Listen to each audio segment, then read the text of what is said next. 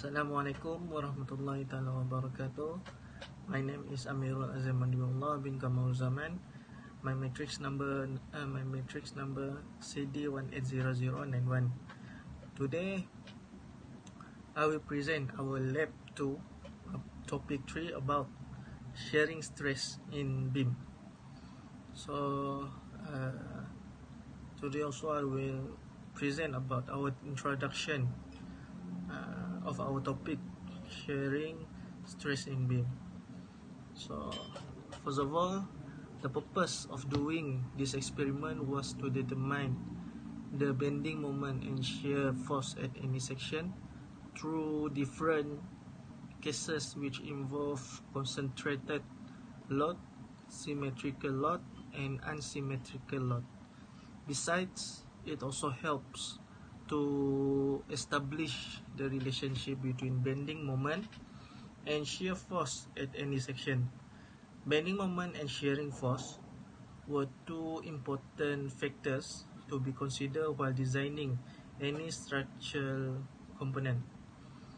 So for the experiment was carried out by setting up two edges support on the base of two structural frames with an equal separation distance on both ends.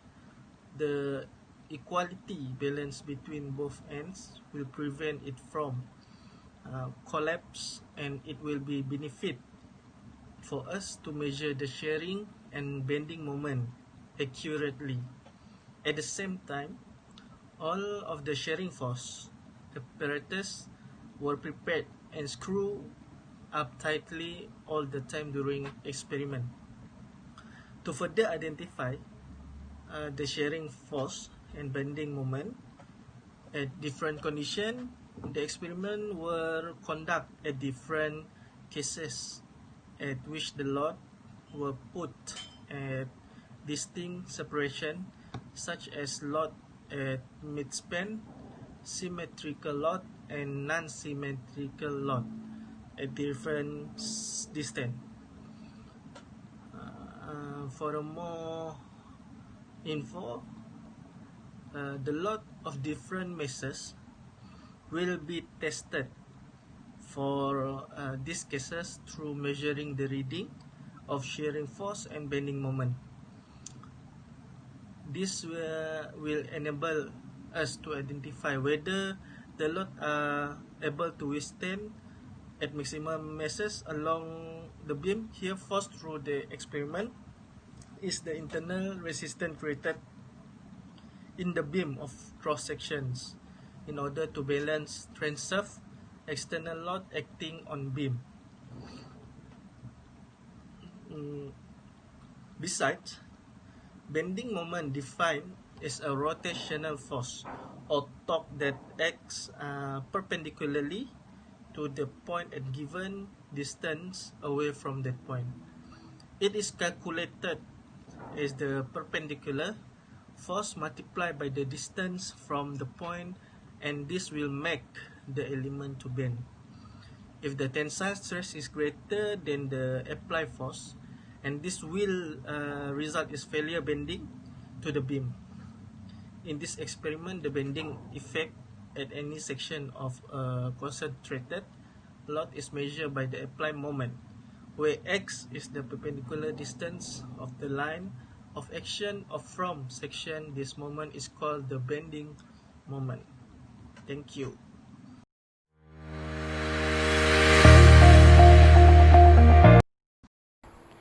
Assalamualaikum warahmatullahi wabarakatuh. My name is Amna binti Ramli, CD180122.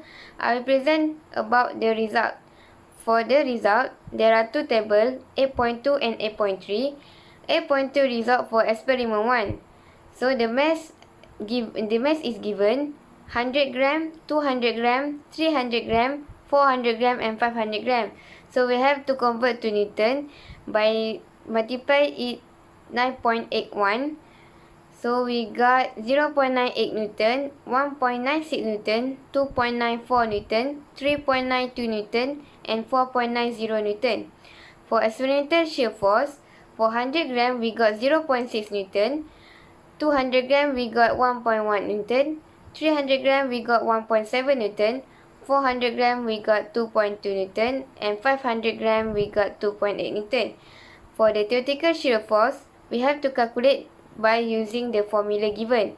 So we got 100 gram 0.58 Newton, 200 gram 1.16 Newton, 300 gram 1.74 Newton, 400 gram 2.32 Newton, 500 gram 2.90 Newton.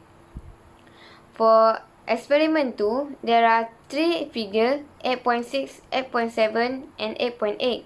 So for figure 8.6, W1 we got 3.92 Newton, W2 we got 0 Newton, and force is 3.92 Newton. For experimental shear force, negative 1.2 Newton. So for reaction RA and RB, we have to calculate by using theoretical.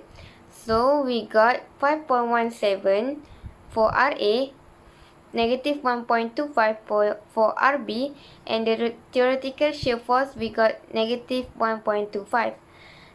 For figure 8.7, W1 1.96 Newton, W2 3.92 Newton, force is 5.88 Newton, the experimental shear force 3.1 Newton.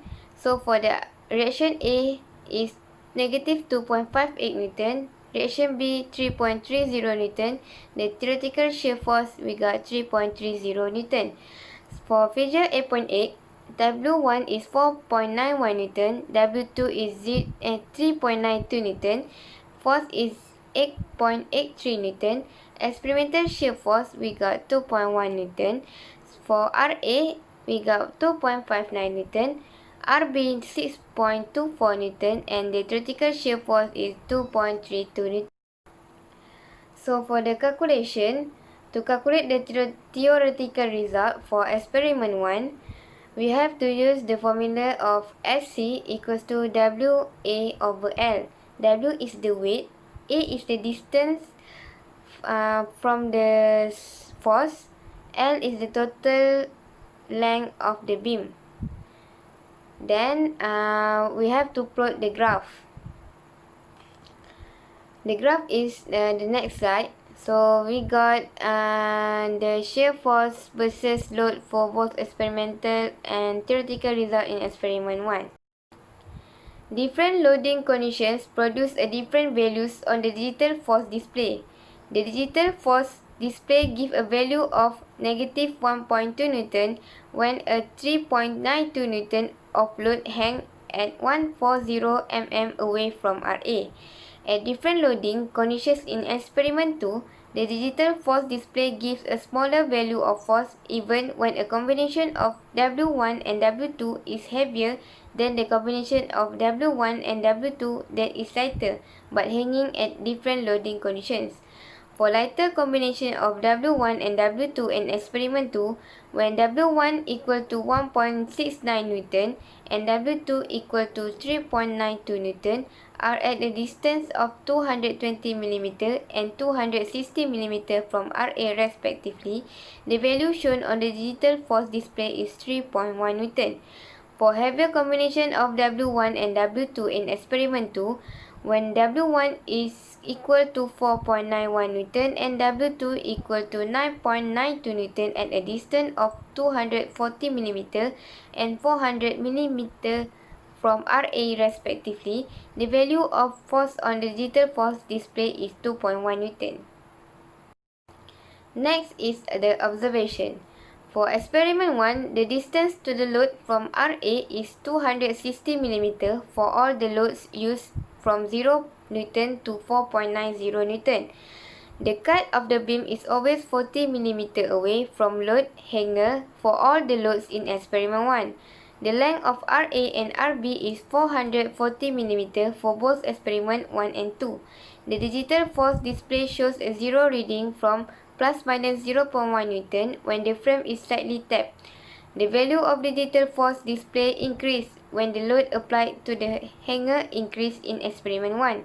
For experiment 2, loads are hung at various loading conditions on the groove hanger support. To calculate the support reaction and to find the theoretical shear force at the cut, first we have to draw the free body diagram. Second, find the value of the support reaction at A and B by using the moment and force at Y axis based on the figure given. Then cut the beam and find the V is the theoretical shear force.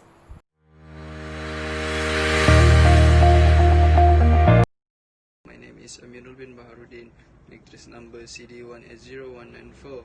So today I will present about the engineering laboratory 2 for the topic 3, shearing force in topic 3, shearing force in beam. So so I will present about the discussion. So for the question A, the discussion for A, explain about the graph.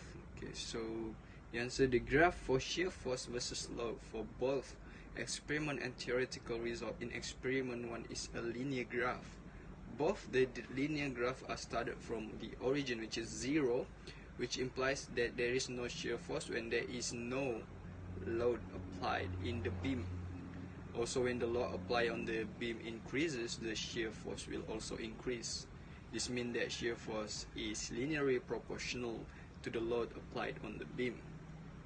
Okay, for the second one, for B, there is only a small difference in range of 0.05 to 0.22 Newton for the both theoretical shear force and experimental shear force.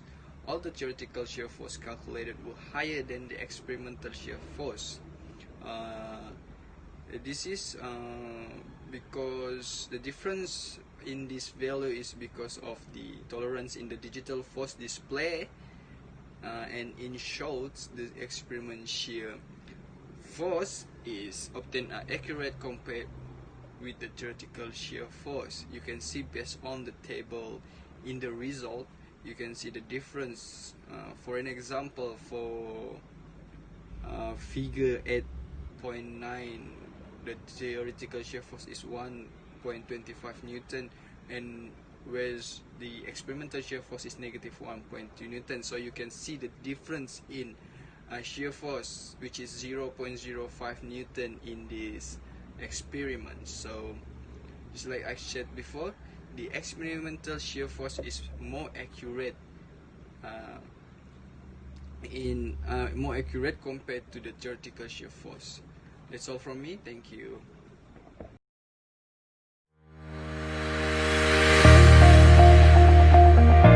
Okay, so for the conclusion, from this experiment, we were able to determine how shear force varies with an increasing point load.